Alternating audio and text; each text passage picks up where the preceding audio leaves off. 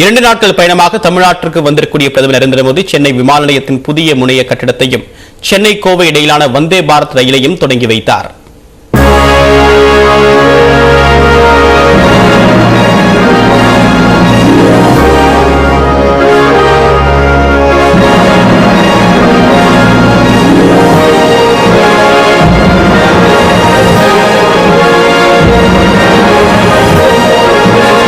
தனி விமானம் மூலம் சென்னை வந்த பிரதமர் நரேந்திர மோடியை விமான நிலையத்தில் ஆளுநர் RN ரவி, முதலமைச்சர் மு க ஸ்டாலின், மத்திய அமைச்சர்கள் ஜோதிராதித்ய சிந்தியா, எல் முருகன், தமிழ்நாடு அமைச்சர்கள் KN நேரு, ஏவா வேலு உள்ளிட்டோர் வரவேற்றனர்.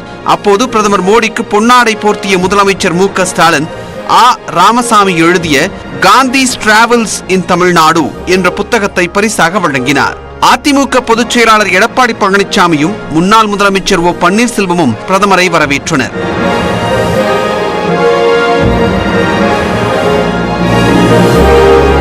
பின்னர் 1260 கோடி ரூபாய் செலவில் கட்டப்பட்ட ஒருங்கிணைந்த பன்னாட்டு முனையத்தை பிரதமர் நரேந்திர மோடி திறந்து வைத்தார். அதனைத் தொடர்ந்து முதலமைச்சர் மு க ஸ்டாலின், மத்திய அமைச்சர்கள் ஜோதிராதித்ய சிந்தியா, எல் முருகன் உள்ளிட்டோருடன் புதிய முனையத்தை பிரதமர் மோடி பார்வையிட்டார். முனையத்தில் உள்ள சிறப்பம்சங்களை அமைச்சர் ஜோதிராதித்ய சிந்தியா பிரதமருக்கு விளக்கினார்.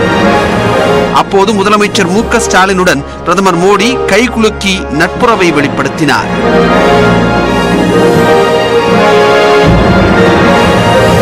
தொடர்ந்து ஹெலிகாப்டர் மூலம் INS விமானப்படை தளத்திற்கு சென்ற பிரதமர் மோடி அங்கிருந்து சாலை மார்க்கமாக சென்னை MGR சென்ட்ரல் ரயில் நிலையத்திற்கு சென்றார். வழி நெடுகிலும் குவிந்திருந்த பாஜக தொண்டர்கள் பிரதமருக்கு மலர் தூவி வரவேற்பு அளித்தனர்.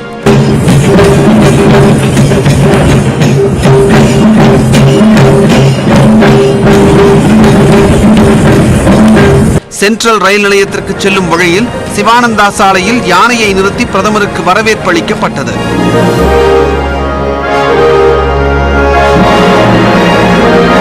அதைத் தொடர்ந்து பல்லவன் இல்லம் அருகே மேளதாளங்கள் முழங்க பிரதமர் மோடிக்கு வரவேற்பு அளிக்கப்பட்டது.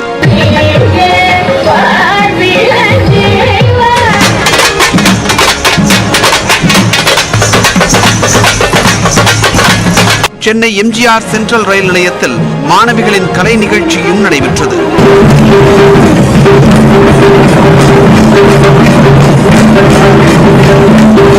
பின்னர் ரயில் நிலையத்திற்குள் பேட்டரி கார் மூலம் சென்ற மோடி வந்தே பாரத் ரயிலுக்குள் சென்ற பிரதமர் மோடி அங்கிருந்த பள்ளி மாணவர்களுடன் கலந்துரையாடினார். டிராயிங் காம்படிஷன்ல பார்ட்டிசிபேட் பண்ணி வின் ஆனதால வந்தே பாரத் ட்ரெயின்ல போக எனக்கு வாய்ப்பு கொடுத்தாங்க. இங்க ஃபர்ஸ்ட் டைம் வரதால ஜாலியா இருக்கு, என் ஃப்ரெண்ட்ஸ் கூட எல்லாம் வரதால. நான் இந்த காம்படிஷன்ல சேரும்போது ரொம்பவே எக்ஸைட்டிங்கா இருந்தது. இந்த ட்ரெயின்ல போறது நான் ஃபர்ஸ்ட் டைம், எனக்கு ரொம்பவே ஹாப்பியா இருக்கு இந்த ட்ரெயின்ல போறதுக்கு. இந்திய தேசத்தை இணைக்கும் நல்வழியாம், இரும்பு பாதை எனும் இனிய ஒரு வழித்தடமாம்.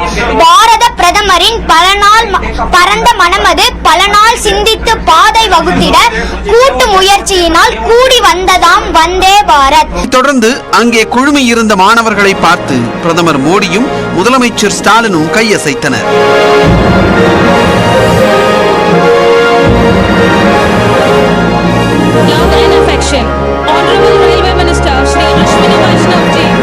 சென்னை கோவை இடையிலான வந்தே பாரத் ரயிலை முதலமைச்சர் ஸ்டாலினுடன் இணைந்து கொடியசைத்து தொடங்கி வைத்தார்.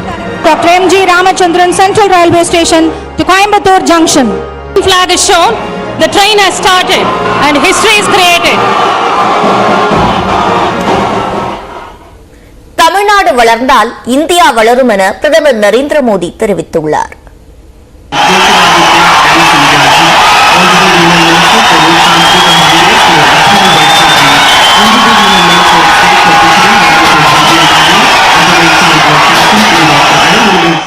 சென்னை பல்லாவரத்தில் 3684 கோடி ரூபாய் மதிப்பிலான சாலை திட்டங்களுக்கு பிரதமர் நரேந்திர மோடி அடிக்கல் நாட்டினார். Narendra Modi towards the honor by unveiling the flag.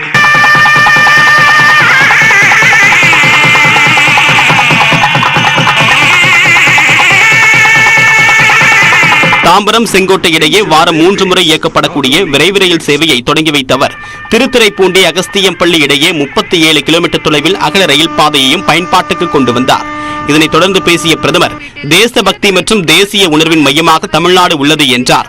When top quality infrastructure create jobs here, incomes rise and Tamil Nadu grows. When Tamil Nadu grows, India grows. உட்கட்டமைப்பை கான்கிரீட், செங்கல், சிமெண்ட்களாக பார்க்காமல் மனித முகங்களாக பார்ப்பதாக பிரதமர் நரேந்திர மோடி தெரிவித்தார். உட்கட்டமைப்பில் இந்தியா புரட்சி செய்து வருவதாக கூறிய பிரதமர் பணி, கலாச்சாரம் மற்றும் தொலைநோக்கு பார்வையால் இது சாத்தியமானதாகவும் குறிப்பிட்டார். பிறகு நிகழ்ச்சியில் உரையாற்றிய முதலமைச்சர் மு க ஸ்டாலின் சென்னையிலிருந்து மதுரைக்கு வந்தே பாரத் ரயில் சேவையை தொடங்க வேண்டும் என்று வலியுறுத்தினார். மேலும் வந்தே பாரத் ரயிலின் பயண கட்டணத்தை குறைக்க வேண்டும் என்றும் பிரதமரிடம் கோரிக்கை விடுத்தார். மதுரை கோவை மெட்ரோ ரயில் திட்ட கருத்துருக்களுக்கு ஒப்புதல் தர வேண்டும் என்றும் சென்னை மெட்ரோ ரயிலின் இரண்டாவது திட்டத்திற்கான நிதியை உடனே ஒதுக்க வேண்டும் என்றும் பிரதமரிடம் கேட்டுக் கொண்டார். ஒன்றியத்தில் உண்மையான கூட்டாட்சி இருக்க வேண்டுமானால் மாநிலங்கள் சுயாட்சி தன்மை கொண்டதாக இருக்க வேண்டும் என்பதை எங்களை ஆளாக்கிய பேரறிஞர் அண்ணாவும் முத்தமிழறிஞர் தலைவர் கலைஞர் அவர்களும் வலியுறுத்தி வந்தார்கள்.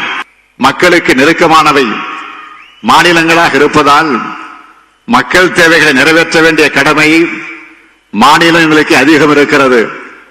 எனவே மாநிலங்களின் நிதி தேவைகளையும் மாநில மக்களின் எண்ணங்களை நிறைவேற்றும் திட்டங்களை நிறைவேற்றவும் ஒன்றிய அரசுடைய ஒத்துழைப்பு மிக மிக தேவை என்பதை வலியுறுத்த விரும்புகிறேன்.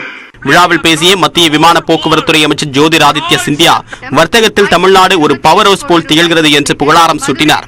That newfound growth must emanate from Chennai as one of the biggest gateways of our country, the third largest airport of India. And Prime Minister Modi believes that this city deserves not just better infrastructure, but this city, Chennai and Tamil Nadu, deserve the best infrastructure in the world. That is Prime Minister Modi's belief. முன்னதாக பேசிய மத்திய தகவல் தொழில்நுட்பத்துறை இணையமைச்சர் L Murugan உலக தலைவர்களுக்கு வழிகாட்டியாக பிரதமர் நரேந்திர மோடி இருப்பதாகவும் குறிப்பிட்டார். ஐயா TMS சவுந்தரராஜன் அவர்கள் 50 ஆண்டுகளுக்கு முன்னால் என்ன சொன்னார்?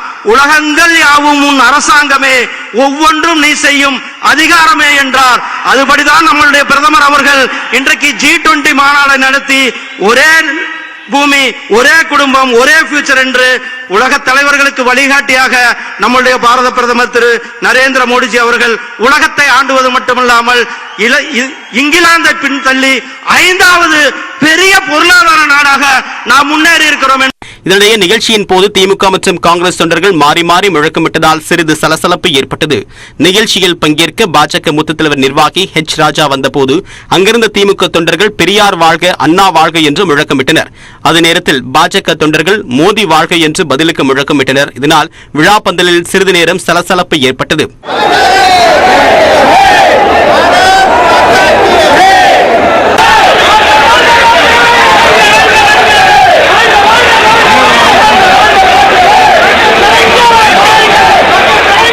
காவல்துறையினர் தலையிட்டு இருதரப்பையும் சமாதானப்படுத்தினர். சென்னை விமான நிலையத்தில் பிரதமர் நரேந்திர மோடியை சந்தித்த முதலமைச்சர் மு க ஸ்டாலின் தமிழ்நாடு மீனவர்களின் பாதுகாப்பு உள்ளிட்ட பல்வேறு கோரிக்கைகள் அடங்கிய மனுவை அளித்துள்ளார். அதில் என்னென்ன கோரிக்கைகள் இடம்பெற்றிருக்கிறது என்பதை இந்த தொகுப்பில் பார்க்கலாம். சென்னையில் நிகழ்ச்சிகளை முடித்துக் கொண்டு மைசூரு செல்வதற்காக விமான நிலையம் சென்ற பிரதமரை வழியனுப்ப சென்ற முதலமைச்சர் மு க ஸ்டாலின் அவருடன் 20 நிமிடங்கள் கலந்துரையாடினார். அப்போது தலைமை செயலாளர் இறையன்புவும் உடன் இருந்தார். பிறகு தமிழ்நாட்டுக்கு தேவையான முக்கிய கோரிக்கைகள் அடங்கிய மனுவை பிரதமரிடம் முதலமைச்சர் அளித்தார். அதில் சென்னை மெட்ரோ ரயில் 2ஆம் கட்ட திட்டத்தை மத்திய மாநில அரசுகளின் பங்களிப்பு முறையில் நிறைவேற்ற வேண்டும் என்றும், ராமேஸ்வரம் முதல் தனுஷ்கோடி வரையிலான புதிய அகல ரயில் பாதை திட்டத்தை கைவிட வேண்டும் என்றும் வலியுறுத்தியுள்ளார். விமான நிலைய விரிவாக்கத்திற்கு பாதுகாப்புத்துறை நிலங்களை இலவசமாக வழங்க வேண்டும் என்றும், சுங்க கட்டணம் வசூலிப்பதில் உள்ள முரண்பாடுகளை களைய வேண்டும் என்றும் கேட்டுக் கொண்டுள்ளார். கச்சத்தீவை மீட்டெடுக்க வேண்டும் என்றும், பாக் வளைகுடா பகுதிகளில் பாரம்பரிய மீன்பிடி உரிமையை நிலைநாட்டி மீனவர்களின் பாதுகாப்பை உறுதி செய்ய வேண்டும் என்றும் கேட்டுக் கொண்டுள்ளார். இதேபோன்று ஈழத் தமிழர்களுக்கு சமமான குடியுரிமை மற்றும் அரசியல் உரிமை வழங்க இலங்கை அரசை வலியுறுத்த வேண்டும் என்றும் கோரிக்கை விடுத்துள்ளார்.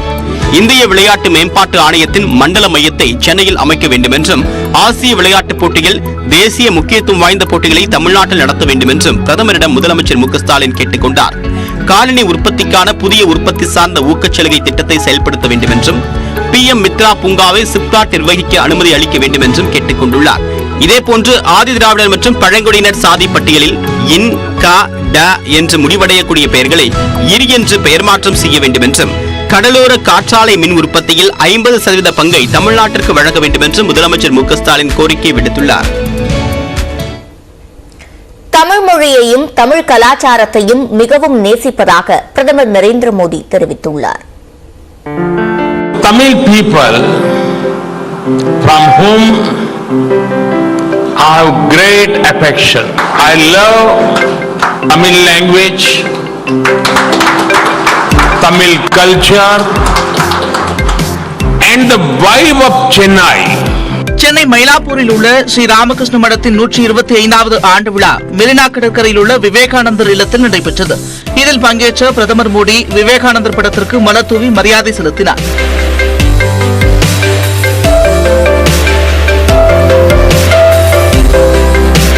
பிரதமர் மோடிக்கு விவேகானந்தரின் முழு உருவ சிலையை ஸ்ரீ ராமகிருஷ்ண மடத்தின் நிர்வாகிகள் பரிசாக அளித்தனர்.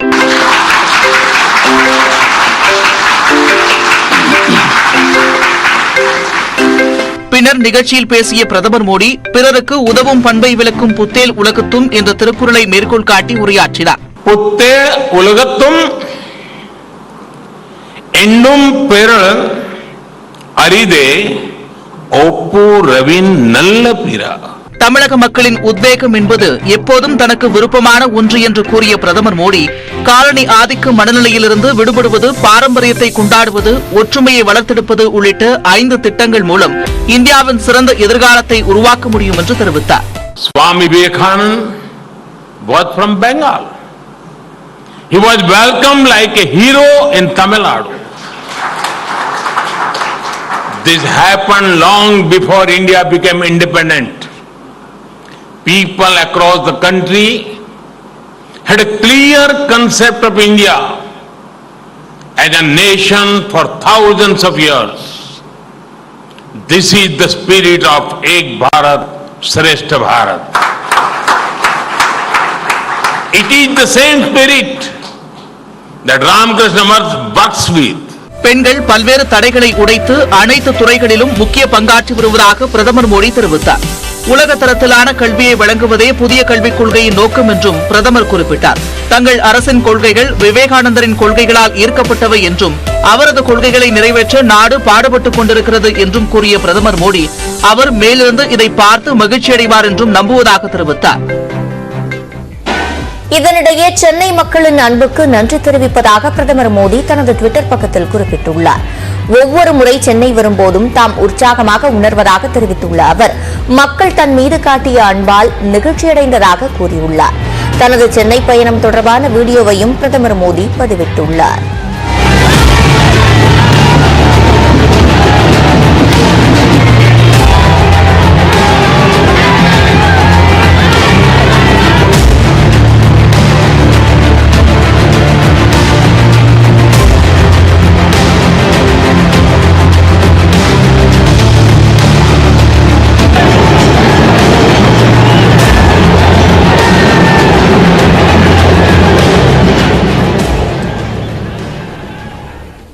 பிரதமர் நரேந்திர மோடியின் தமிழ்நாடு வருகைக்கு எதிராகவும் ராகுல் காந்தியின் தகுதி நீக்கத்தை கண்டித்தும் காங்கிரஸ் கட்சியினர் போராட்டத்தில் ஈடுபட்டனர்.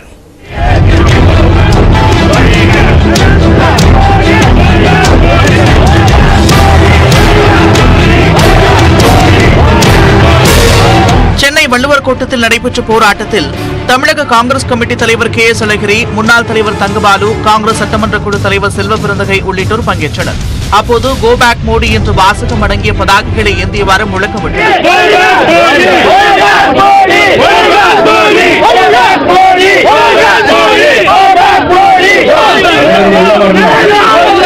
காங்கிரஸ் ஒருபோதும் தனிநபருக்கு எதிரானது அல்ல என்றும் ஜனநாயகத்தை காப்பாற்ற வேண்டும் என்பதற்காக நடத்தப்படும் போராட்டம் இது என்றும் தமிழக காங்கிரஸ் கமிட்டி தலைவர் KS அழகிரி தெரிவித்தார். ஜனநாயகம் எங்களால் உருவாக்கப்பட்டது, எங்களால் வளர்க்கப்பட்டது, எங்களால் பாதுகாக்கப்படுகிறது. ஒரு காலத்திலும் அது சேதப்படைய நாங்கள் அனுமதிக்க மாட்டோம் என்பதுதான் காங்கிரசினுடைய நிலை, ராகுல் காந்தியினுடைய நிலை. தொடர்ந்து பிரதமர் மோடிக்கு எதிராக கருப்பு கொடி ஏந்தி போராட்டத்தில் ஈடுபட்ட காங்கிரஸ் கட்சியினர் 500க்கும் மேற்பட்டோர் கைது